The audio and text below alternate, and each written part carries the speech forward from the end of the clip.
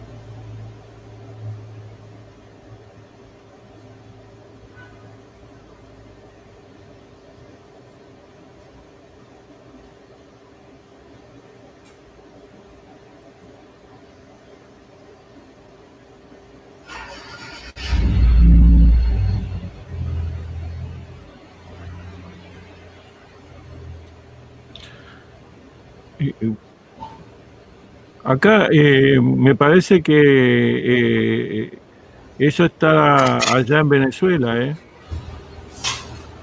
Esto como...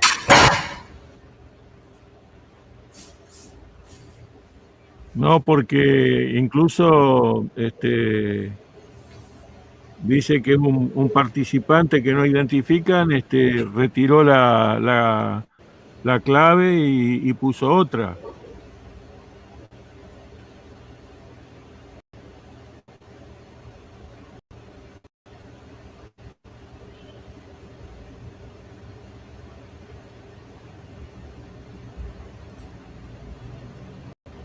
Me parece que tienen que solucionarlo desde allí, ¿eh?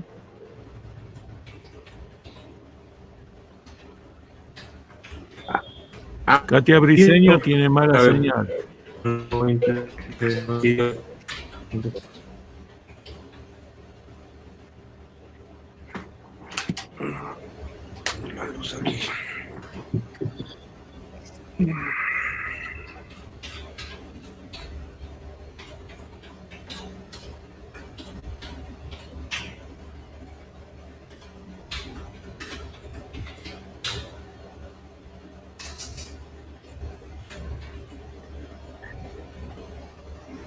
Dice que un participante que no identifican retiró la clave y puso otra.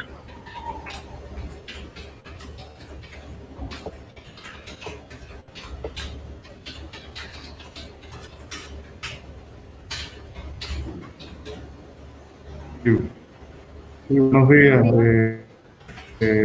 La Universidad Bolivariana de Venezuela, a través de sociales y comenzar. culturales de SIC, da la más cordial bienvenida al primer encuentro internacional e interuniversitario de perspectivas de las políticas actuales en América Latina y el Medio Oriente, en el marco de la recién inaugurada Cátedra Libre Qasem Soleimani para los estudios socioculturales y geopolíticos sobre la América Latina y el Medio Oriente. Este primer encuentro internacional interuniversitario es una actividad inaugural de la cátedra y la antesala a la conmemoración del primer aniversario del martirio del general Soleimani, héroe contrahegemónico que dio su vida por liberar el Medio Oriente de la canalla opresora representada por los Estados Unidos e Israel.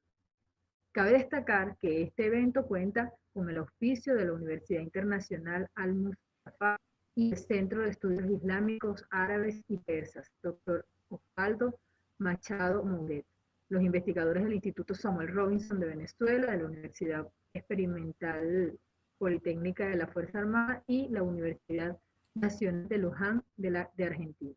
Sin más preámbulos, damos la bienvenida a la profesora Katia Briceño, vicerrectora de la Universidad Bolivariana de Venezuela, con su ponencia Nuestra América y el Medio Oriente, construcción de la geometría del poder del siglo XXI.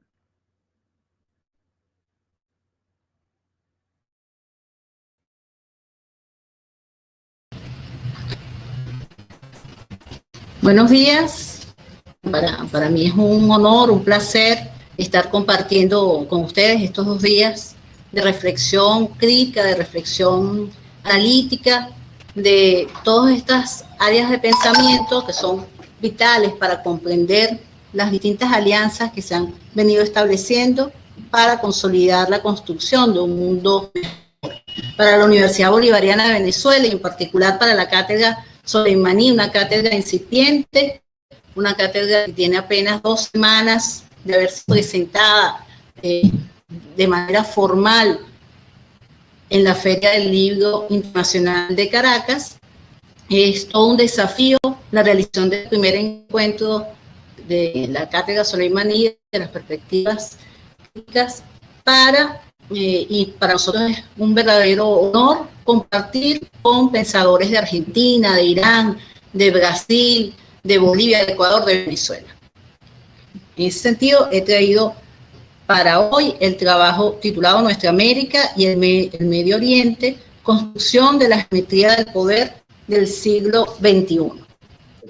El propósito de la presente investigación está orientado a revelar la relación teórica, histórica, ética y epistémica entre el pensamiento nuestroamericano y el Medio Oriente en la consolidación de una geometría del poder en el siglo XXI. Ambos mundos han sufrido la opresión de la occidentalización del saber, invisibilizando históricamente la construcción de nuestra América y el Medio Oriente. El siglo XXI ha evidenciado no solo nuestras similitudes como pueblos, como parte de esta humanidad que busca desesperadamente construir un mundo más justo, un mundo en el que todos y todas podamos vivir con dignidad. En ese sentido, y en el contexto de la creación de la Cátedra Soleimani, hemos querido participar en el primer encuentro, aportando algunos avances de investigación que está en pleno desarrollo. Comenzaremos por definir categorialmente los conceptos de nuestra América, Medio Oriente y geometría del poder en el marco de la presente investigación. El concepto de nuestra América viene, por supuesto, del concepto martiano desarrollado en 1891 por el apóstol cubano y que sintetiza un proyecto político, pedagógico, ético, identitario y antiimperialista. Nuestra América en Martí trasciende la región geográfica para proyectarse como una idea sostenida en la necesidad de comprender la identidad que nos une para poder enfrentar al gigante de las 7 leguas, figura que utiliza Martí para representar a Estados Unidos. Nuestra América es un concepto que marca la influencia de Bolívar en Martí. Bolívar alzó la bandera de integración nuestroamericana, planteando: para nosotros la patria es América. Un planteo que acompañó en la acción libertadora emprendida en toda Sudamérica. Pero la liberación no se daría solo por las armas. Simón Rodríguez, maestro de Bolívar, el Sócrates caraqueño, como lo llamaba él, sostenía desde 1840 la necesidad de descolonizar el pensamiento, cuando afirma: la América está llamada por las circunstancias a emprenderla. Atrevida paradoja parecerá, no importa. Los acontecimientos irán probando que es una verdad muy obvia. La América no debe imitar servilmente, sino ser original. Fin de la cita de Rodríguez. Y ser original significa construir un saber, una ciencia con nuestros propios medios y con nuestras propias fuerzas. No por casualidad, hace 2 días asesinan a un científico iraní, porque justamente la ciencia, esa construcción propia, es verdaderamente un peligro, una amenaza extraordinaria e inusual, como plantea el imperialismo. Asumir la independencia desde todos los ámbitos, pero fundamentalmente en el ámbito del pensamiento. Dice Rodríguez: la sabiduría y la prosperidad de los Estados Unidos son 2 enemigos de la libertad de pensar en América. Rodríguez no logró vislumbrar que la imposición único occidental no solo buscaría doblegar, colonizar el pensamiento nuestroamericano, todo el planeta, todo el andamiaje cultural, epistémico y político que visibiliza la riqueza identitaria y científica de los pueblos del mundo.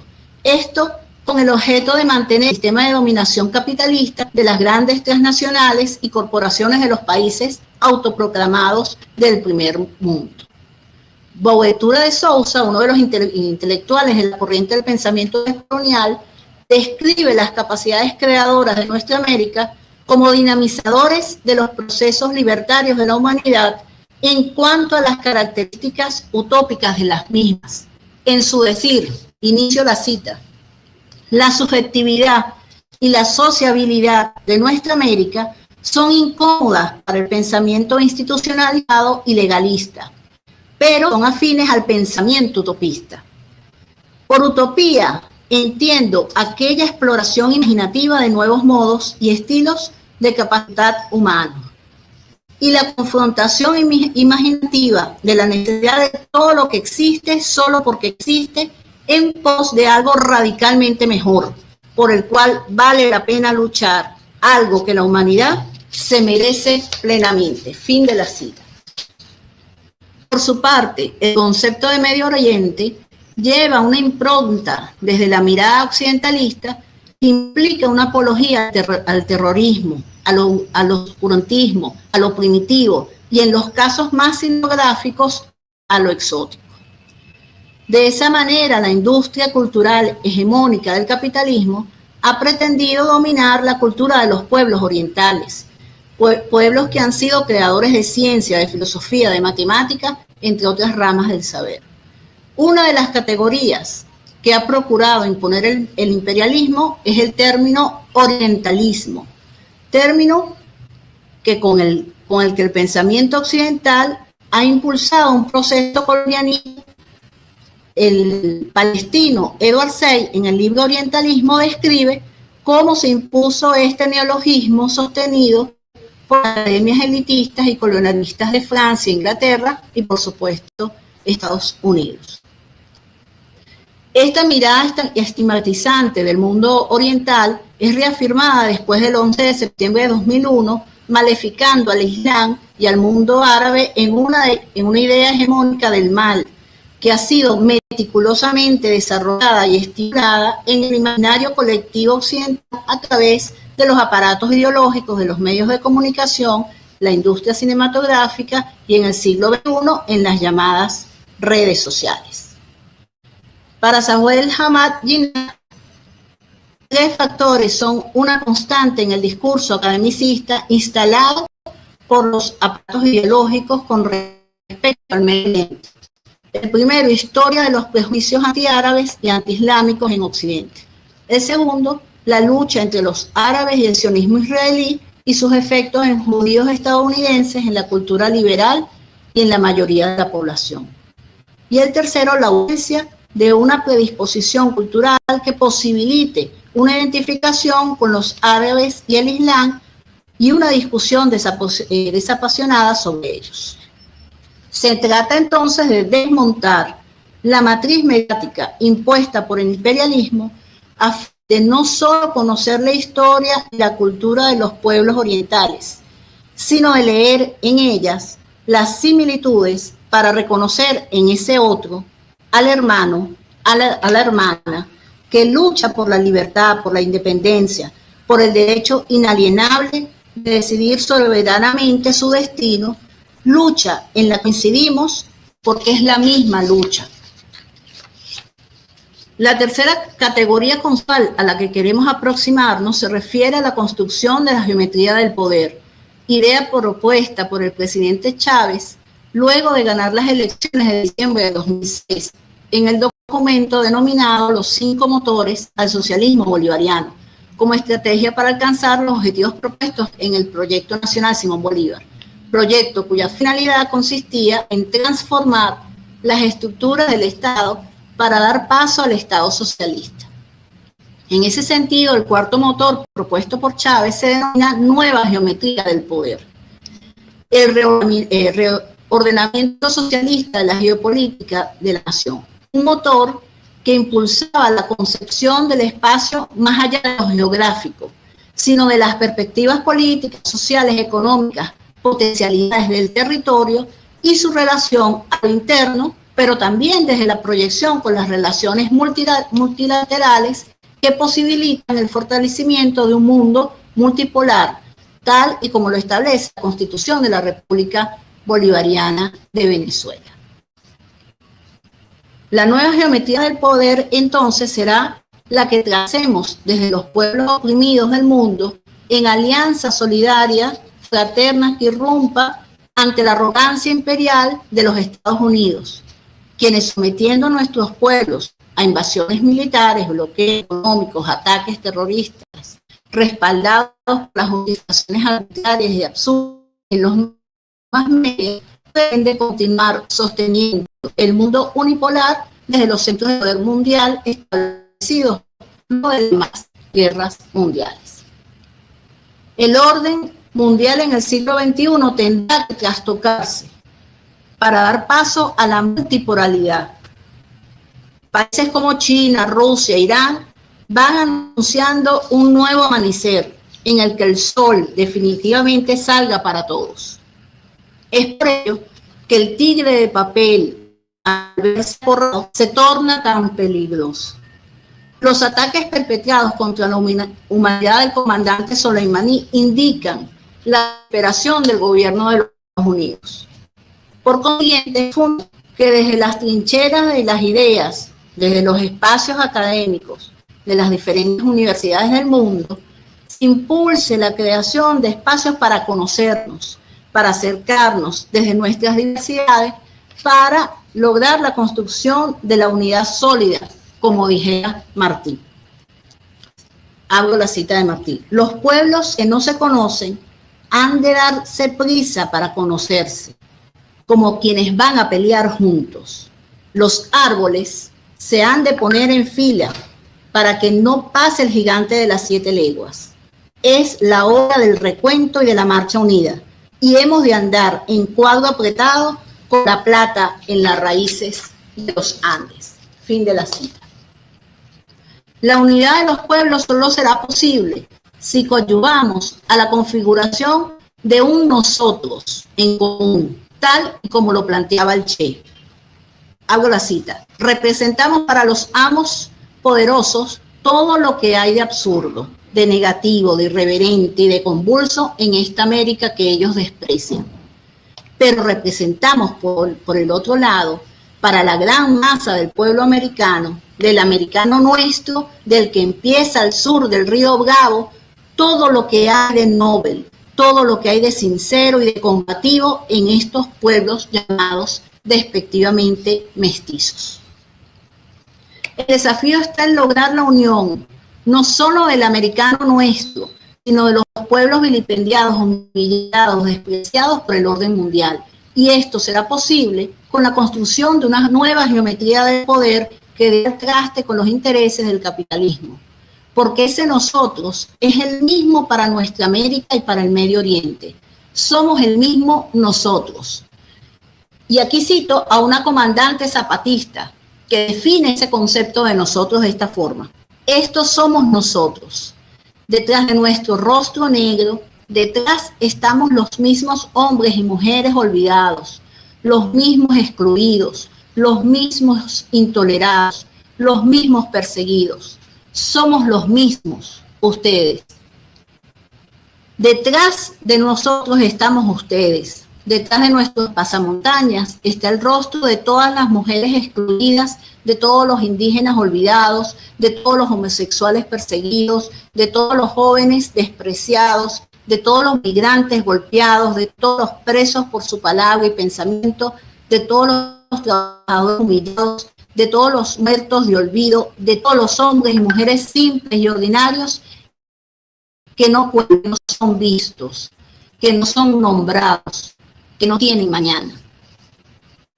En palabras de Panikkar, el diálogo intercultural entre Oriente y Occidente se dará en la medida de que el otro no sea otro, sino que se conciba como uno mismo, un solo nosotros, un nosotros sincero en el que el corazón interviene tanto como en la mente. El diálogo intercultural sincero podrá vencer las perturbaciones de quienes aspiran a evitar la solidaridad entre los pueblos. Para ello es necesario vencer las distancias ficticias. Abro la cita. En la distancia que existe entre dos humanos, lugares de comprensión y autocomprensión, entre dos o más culturas que no han elaborado sus modelos de inteligibilidad y sus premisas fundamentales a partir de una tradición histórica común o mediante una influencia recíproca. Fin de la cita. Asumiendo la concepción de interculturalidad desde la mirada de Panikkar, una concepción que contraviene el carácter colonialista en la que una cultura se impone a otra para subyugarla, modificarla, invisibilizarla y expropiar sus saberes, sus riquezas y su historia. La interculturalidad pasa entonces por la construcción de un nosotros. El nosotros se fundamenta en asumir el ser como un ser inacabado cuya existencia está coimplicada con la del otro. Es justamente esa dimensión en común la que ha hecho posible que gobiernos humanistas se encuentren en alianzas solidarias, fraternas, en pos del bien común. Nos referimos, por supuesto, a los gestos heroicos y poéticos del gobierno y el pueblo iraní hacia el pueblo venezolano. Ambos países sufren de las acciones unilaterales y arbitrarias del gobierno de los Estados Unidos, que no se limitan al bloqueo económico, sino que han arremetido militarmente en ataques terroristas contra nuestros pueblos. Irán, pese a todas las amenazas, no dudó en tender la mano al pueblo venezolano, enviando 5 tanqueros de gasolina para aliviar la crisis de combustible que sufre nuestro país. Sus valientes tripulantes cruzaron los océanos con la bandera de la dignidad en alto, logrando vencer así a la arrogancia imperial. Concluyo estas páginas preliminares, inacabadas, imperfectas, con un fragmento del mártir comandante Soleimani que nos ayuda a identificar la importancia de la unión fraternal de los pueblos del mundo para lograr la construcción de nuevas geometrías del poder en el siglo XXI. Inicio la cita. Nos amenazan. ¿Qué han logrado excepto cometer crímenes, matar a niños y mujeres y atacar a hogares? Hicieron todo tipo de crímenes de guerra. Han convertido bodas en luto. Han destruido totalmente las aldeas.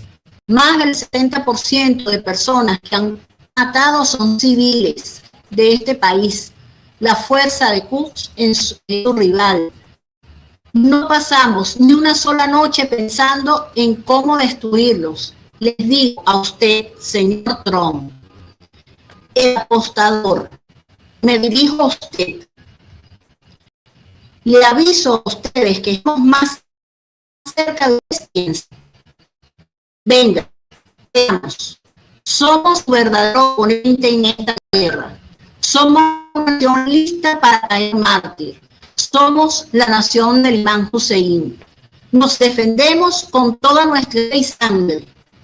Damos nuestra 1000 veces. Ustedes comienzan una guerra, pero nosotros decidimos su fin.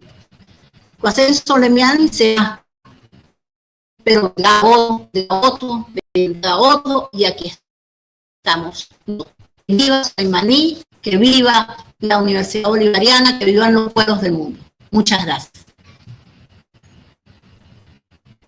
Agradecemos la participación a la vicerrectora de la Universidad Bolivariana de Venezuela, doctora Katia Briceño. Seguidamente, invitamos a el Nacional Experimental Cómica de la Fuerza Armada, quien es coronel de la Reserva Activa, vicerrector de la región de los Llanos de la Universidad Nacional Experimental Politécnica de la Fuerza Armada, UNEFA, doctor en Seguridad y Desarrollo Integral de la Universidad Nacional Experimental Politécnica de la Fuerza Armada, máster en Filosofía de la Guerra, Universidad Militar Bolivariana de Venezuela, especialista en Dirección de Seguridad Pública de la Universidad Militar Bolivariana de Venezuela, especialista en Seguridad Militar de la Universidad Militar Bolivariana de Venezuela, en Gerencia del Poder Aéreo, entre otros títulos que también tiene Eberto Martín Rivas Luzar. Bienvenido, es suya la palabra. Perdón, una interrupción antes. Quedó pendiente un expositor del día de ayer, el magíster Horacio Ángel Horacio Molina, Ángel Horacio Molina.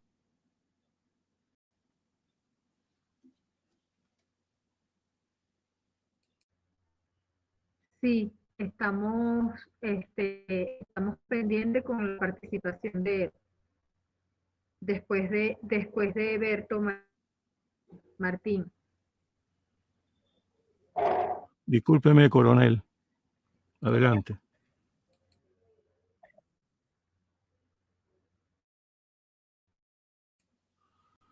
Adelante, doctor. Tiene cerrado el micrófono, coronel.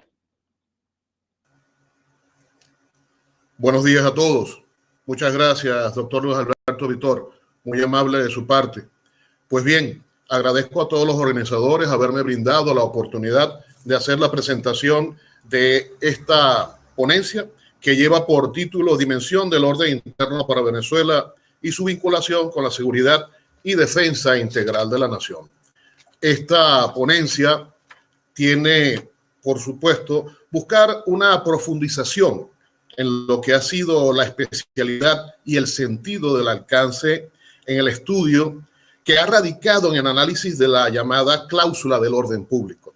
Esta llamada cláusula del orden público está concretamente ligada a una función limitadora que está ligada también al mismo tiempo con el ejercicio de los derechos y las libertades.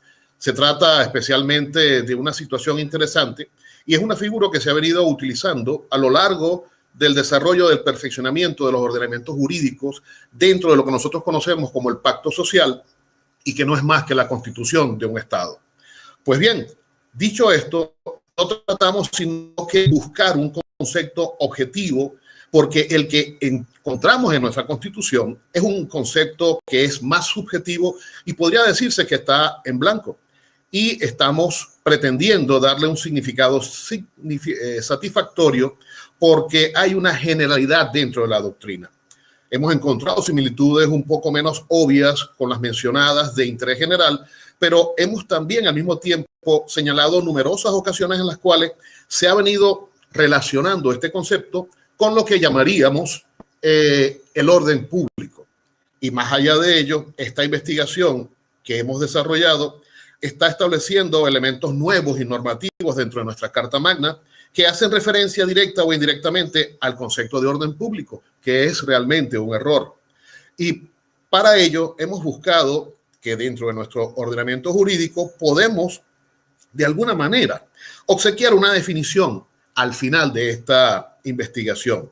Y si bien es cierto que es un pensamiento eurocéntrico, no es menos cierto que le hemos dado la aplicabilidad a nuestro territorio, a nuestro país, a esa visión que tuvo un hombre que se llamó Hugo Rafael Chávez Frías en su momento, y que hoy en día constituye un elemento innovador dentro del pacto que llamamos la Constitución de la República Bolivariana de Venezuela, pero desde una noción de Estado civil, como lo fue en su momento la visión de Thomas Hobbes.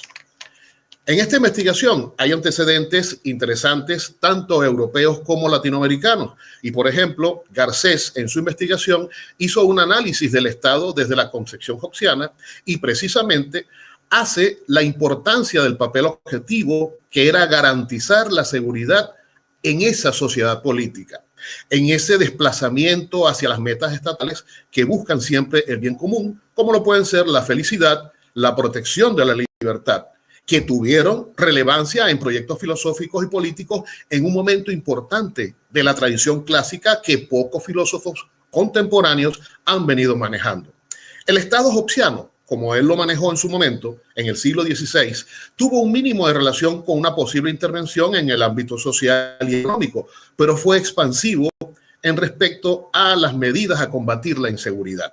Sin embargo, en otra investigación realizada por Rivera, en un trabajo académico titulado Thomas Hobbes de la libertad a la seguridad y el orden del Estado, buscó darle un objetivo general al estudiar y analizar la filosofía política desde esa óptica para crear elementos teóricos conceptuales, epistémicos, epistemológicos, ónticos y ontológicos que pudieran desarrollar a una sociedad como era la sociedad europea, pero que la trasladamos a la sociedad venezolana para buscarle el sentido práctico y el sentido, digamos, operacionalizado. Es por eso que en la secuencia que continúa otro investigador, como fue Sarastegui, titulada en su investigación La seguridad nacional del Estado constitucional de derecho, buscó presentar como objeto el analizar la seguridad de la sociedad y la relación con la doctrina y la jurisprudencia. ¿Por qué? Porque realmente estamos pretendiendo realizar la extracción de esos elementos teóricos conceptuales que en la constitución de un Estado-nación como el venezolano fueran aplicables para la inclusión de nuevos elementos teóricos que sean aplicados a esta nueva visión que nosotros llamamos socialismo del siglo XXI.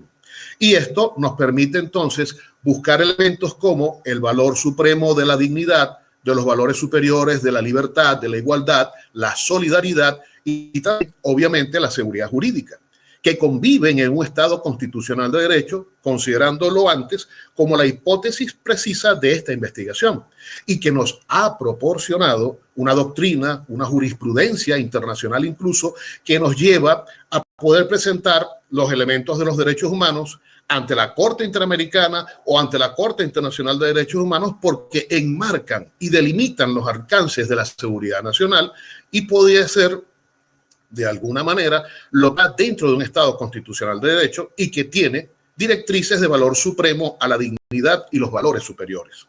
En este recorrido investigativo nos ha permitido visualizar constantemente algunas discrepancias que se encuentran en la definición del concepto de lo que es el orden interno, por cuanto el aporte es significativo. Voy a permitir compartir con ustedes un momento la pantalla para presentarles rápidamente una imagen que viene a ser el elemento que va a darles a ustedes una idea más clara de lo que les quiero decir. Acá podemos encontrar lo que sería o lo que fue dentro de esta visión la composición de las diferentes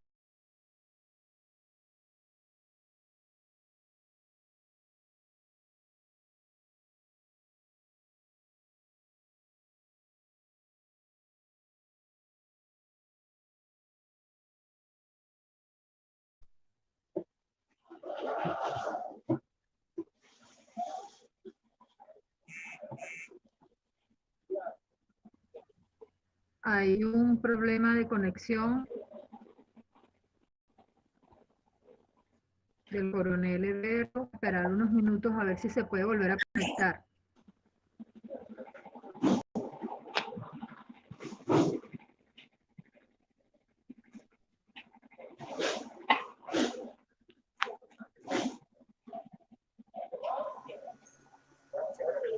dentro de las aclaratorias que hacía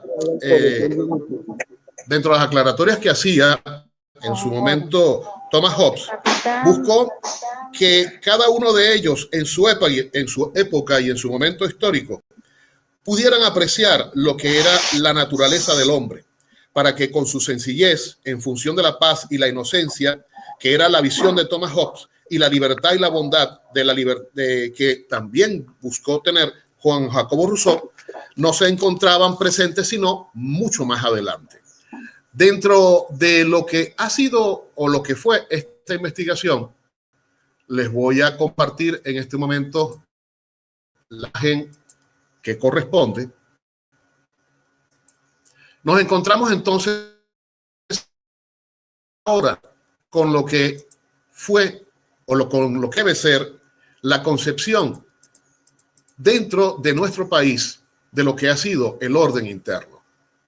Esa concepción nos permite ver cómo ese orden interno es para solventar las necesidades, permitir la convivencia, obtener el bienestar, lograr objetivos y orientar esfuerzos hacia lo que es el Estado con la aplicación de las normas a la sociedad para generar un bien común y finalmente crear un ambiente de paz. A eso es a lo que nosotros llamamos dentro de nuestra Constitución el orden interno.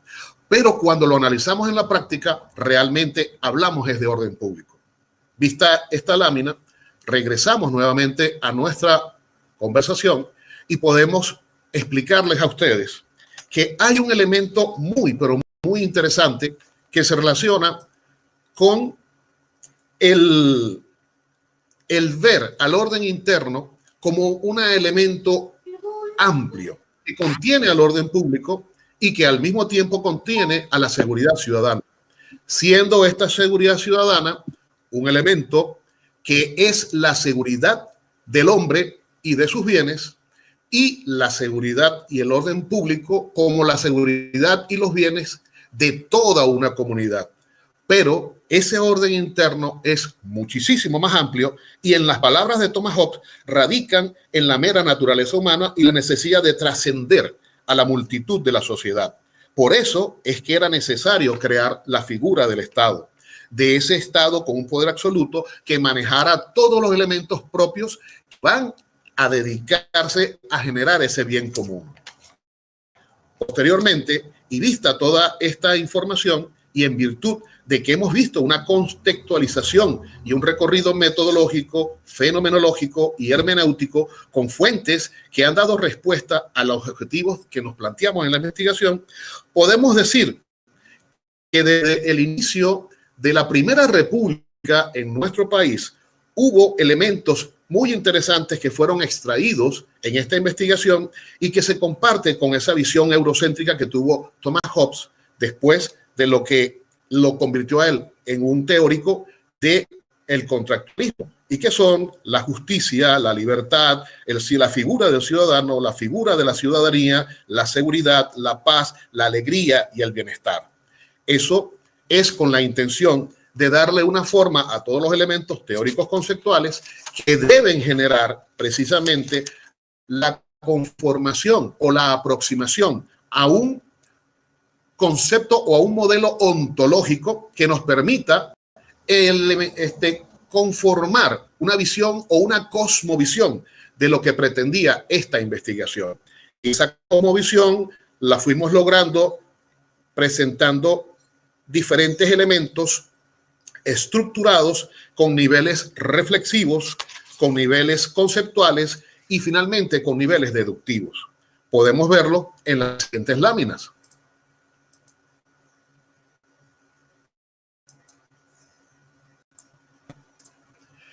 Acá podremos ver entonces que nos colocamos, y ya les presento la lámina,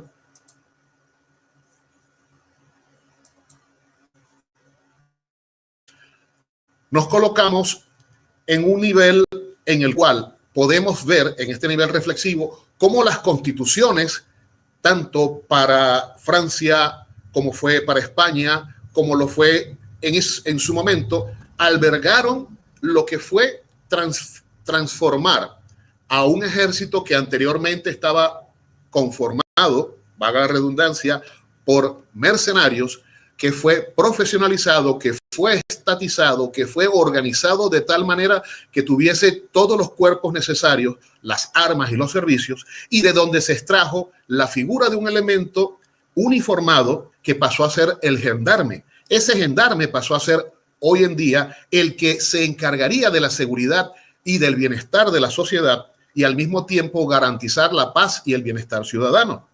Esto dio origen a elementos importantísimos como lo fueron en su momento la Gendarmería francesa, la Guardia Civil española, la Guardia de Finanza en Italia, y así trayendo hasta nuestro país, hasta Venezuela, lo que fue la primera organización o la primera Guardia Nacional. Luego tenemos, obviamente, el nivel conceptual en donde vemos cómo el ciudadano, el Estado, el orden, la seguridad, el bienestar, fueron esos elementos teóricos conceptuales que vinieron de Europa y se proyectaron hacia Venezuela para el nacimiento de esa república, y que dentro de la historia constitucional de nuestro país han permitido darle una evolución lógica y cronológica al tratamiento de esa seguridad y de ese orden hacia la sociedad civil. Viendo este nivel conceptual, pasamos entonces al nivel deductivo y pudimos entonces establecer hacia dónde estaba dirigido ese concepto que llamamos orden interno y que se queda corto dentro de la inclusión de nuevos elementos teóricos conceptuales en nuestra Constitución desde el año de 1999 y que se relacionan, por ejemplo, con la corresponsabilidad con una sola Fuerza Armada para darle respuesta a la seguridad integral de la nación, a la defensa integral de la nación y obviamente a la participación activa en el desarrollo integral de la nación. Dicho todo esto, entonces nosotros nos encontramos con que en Venezuela el concepto de orden interno pasa a ser un elemento que se queda corto, y se queda corto porque es realmente un elemento muchísimo más amplio de lo que el legislador en el momento de concebir estos nuevos conceptos estaba tratando de plantear. Y en ese planteamiento, obviamente, nos encontramos con que hay una figura que pasa de ese orden interno, de ese orden público a ese orden interno, y que dentro de nuestra Constitución y demás leyes que rigen esta materia, hay un aspecto interesante al resaltar, y que es la determinación y la explicación de los principales fenómenos en los ámbitos que corresponden, obviamente, a la perspectiva de Thomas Hobbes, y que dentro de su visión filosófica y a lo que nosotros hemos buscado como orden interno, le damos un efecto de lo que se definió en su momento como el pacto entre el hombre y la sociedad, o en este caso, entre el hombre y el Estado. Y el propósito es alcanzar un conocimiento y una razón hacia esa verdad que nos permita construir lo que llamamos el socialismo del siglo XXI o el socialismo bolivariano del siglo XXI en Venezuela, que es una alternativa al sistema destructivo y salvaje del y que ello nos permite asegurar, como lo dijo Simón Bolívar, la mayor suma de felicidad posible, la mayor suma de seguridad posible, la mayor suma para nuestro pueblo. En el plan de la patria 2020-2025 hay una primicia en la construcción de una sociedad igualitaria y justa, que es el desarrollo pleno de la democracia en todas las dimensiones. Y que destacan de manera especial lo que nosotros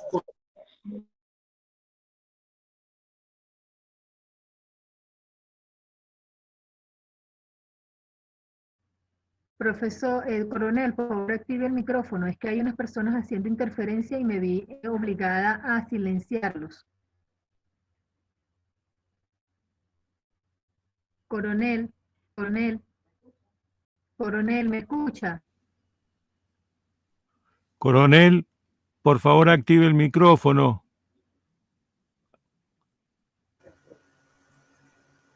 ya está activado, profesor. Muchas gracias. No, gracias a usted. Le mencionaba que en el plan de la patria hay una primicia que es la construcción de una sociedad igualitaria y justa, al desarrollo pleno de las democracias en todas las dimensiones y que destaca de manera especial los mecanismos de protección social al pueblo, a los sistemas de misiones, grandes misiones, la atención a las necesidades sociales como derechos y no como una mercancía. Y hace una referencia adicional a la protección y a la ofensiva con los elementos que vienen a la dependencia de una fortaleza que nos dejó el comandante Hugo Rafael Chávez Frías en su momento, como una fortaleza hacia la búsqueda de una mejor economía. Finalmente, podemos develar lo que fue ese modelo ontológico, y me permito compartir la pantalla. Ese modelo ontológico lo podemos apreciar acá, y que tiene que ver precisamente con las capas que forman parte de esta investigación y que nos permitieron ver desde el plano del Estado-Nación, como veía Thomas Hobbes, el hombre, lobo del hombre, dándole sostenibilidad con sus elementos conceptuales del Estado, del ciudadano, para que en el plano del orden público podamos garantizar lo que es la seguridad ciudadana, lo que es la seguridad y el orden público. Pero mucho más allá, dentro de ese contrato social, donde debemos garantizarle a través de nuestra Constitución la seguridad, la felicidad, la paz y el bienestar a la República, se genera entonces un concepto que no está bien definido y que llamamos orden interno. Aquí podemos apreciar ese elemento. Y dentro de este modelo ontológico es que más adelante podemos establecer lo que sería nuestro epísteme, el final de esta investigación. Y el final de esta investigación no es nada más sino que poder decir que ese orden interno para Venezuela, desde la visión de Estado civil, de orden público, se complementa uno con otro y que va a activarse si y solo si sea necesario. Es decir, en ese pacto social que existe desde 1999 en nuestra Constitución, hablaremos de orden interno si el país entra en convulsión y hablaremos de orden público si el país requiere ser manejado ante una situación que genere desestabilización. Pero así no está planteado. Y ese epísteme lo podemos llevar a una imagen que es la siguiente. Dentro de esta cosmovisión, poder plantearnos que ese orden interno tiene elementos ontológicos, ontoteológicos y axiológicos que responden a una necesidad de poder establecer realmente una modificación constitucional a esa concepción de orden interno para poderle dar el peso académico, el peso político, el peso legislativo que proporcione a la sociedad venezolana una nueva visión de lo que es nuestra responsabilidad dentro de la estructura del Estado, para que sea el Estado con toda su estructura la que le dé respuesta a eso que nosotros llamamos orden interno. Y por esa razón, este trabajo de investigación se montó sobre la necesidad de hacer que pudiésemos nosotros hablar que hay una dimensión de orden interno para Venezuela y que debe vincularse realmente con lo que hoy en día nosotros llamamos,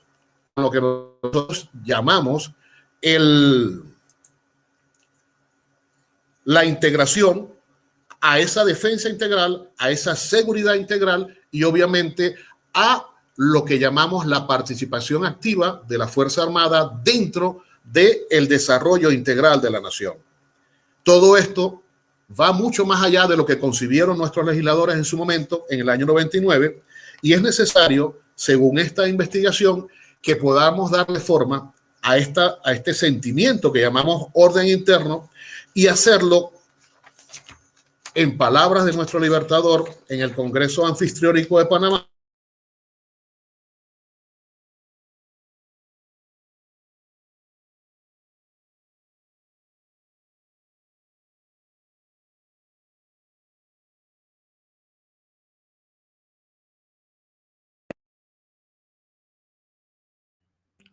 Coronel, de nuevo tiene el micrófono inactivo.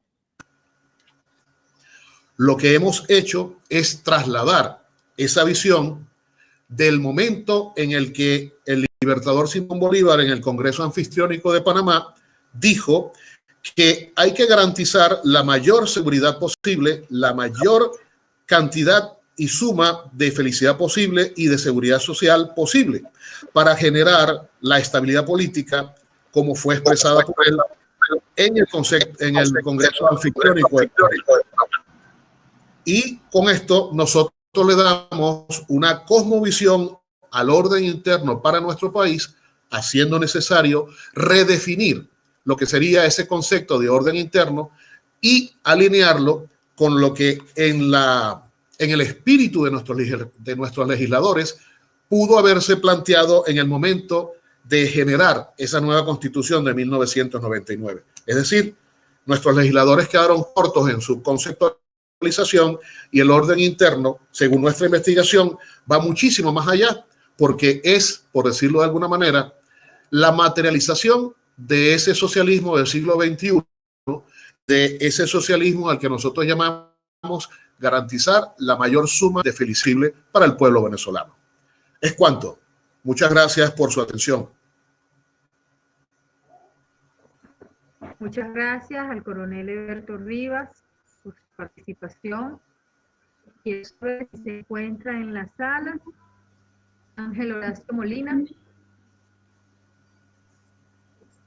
Muy buenos días, ¿cómo están? Se encuentra en la sala. Por favor, hola, hola. Buenos días. ¿Habla? Sí, habilite la cámara. Profesor Molina, habilite la cámara. Estoy tratando de habilitar la cámara. Ahí está, a ver ahora. Ahí está. Muy bien. Ok. Muchas gracias. Déjeme presentarlo. Bienvenido, Ángel Molina, Ángel Horacio Molina, magíster en vida de la ética por Al Mustafa Open University de Irán y licenciado en ciencias por la Universidad Autónoma Metropolitana de México, coordinador del área de ciencias políticas y relaciones internacionales, Centro de Estudios Islámicos, Árabes y Persas, doctor Osvaldo Machado, es miembro también del Centro de Estudios sobre la Diversidad Cultural en la Facultad de Humanidades y Artes de la Universidad Nacional de Trabajo de Medio Oriente y América Latina y del Grupo Especial Palestina y América Latina, ambos pertenecientes al Consejo Latinoamericano de Ciencias Sociales, fue secretario de Relaciones e Intercambios del Centro de Estudios Culturales de la Facultad de Humanidades.